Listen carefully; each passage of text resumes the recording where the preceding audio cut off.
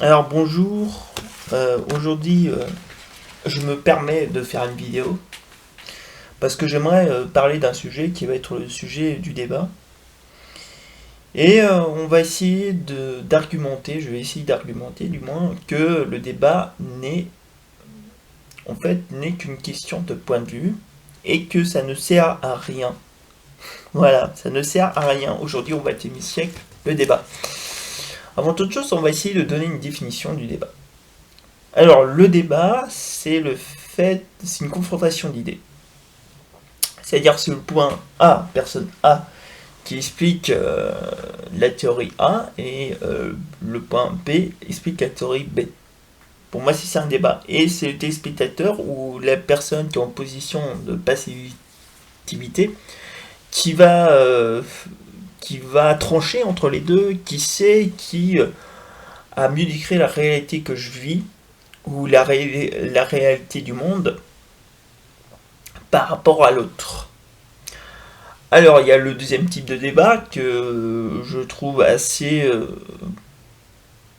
Comment dire Comment dire Assez dépourvu d'intelligence, qui va être la confrontation d'idées directe. C'est-à-dire, en gros, c'est le spectacle de la petite phrase qui va permettre à l'interlocuteur d'attiser certains sentiments de l'auditeur pour que l'auditeur soit séduit par cette phrase et qui adhère à la pensée en point de vue, à cette pensée en point de vue général.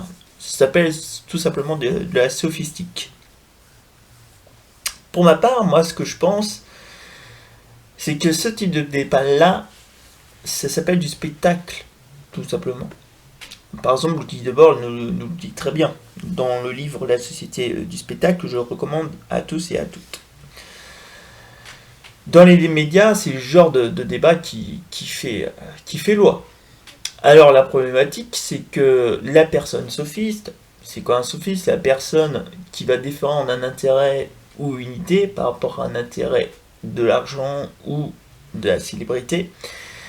Et peut-être la personne en face qui a pas trop de dialectique et qui manie mal l'art du débat, a peut-être une idée qui va peut-être révolutionner le monde ou décrire une sorte de réalité ou peut-être il a raison sur son argumentaire par rapport à l'argument du sophiste en face.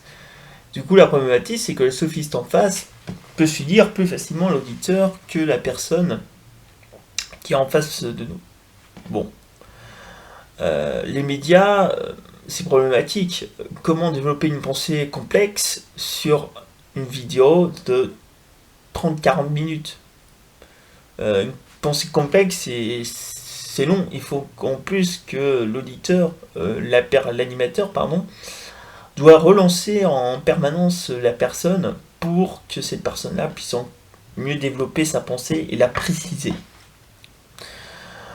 Je terminerai cette vidéo par le débat YouTube, par les commentaires. Pourquoi ça ne sert à rien? Parce que généralement, à la fin de tout débat, chacun rentre dans sa position. Soit à la base, il y a des personnes qui sont indécis, pour les convaincre, c'est assez facile. Soit les débats de concentration d'idées, chacun se remet à cette. remet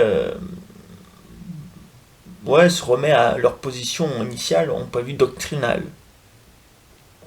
Du coup, voilà. J'espère, en argumentant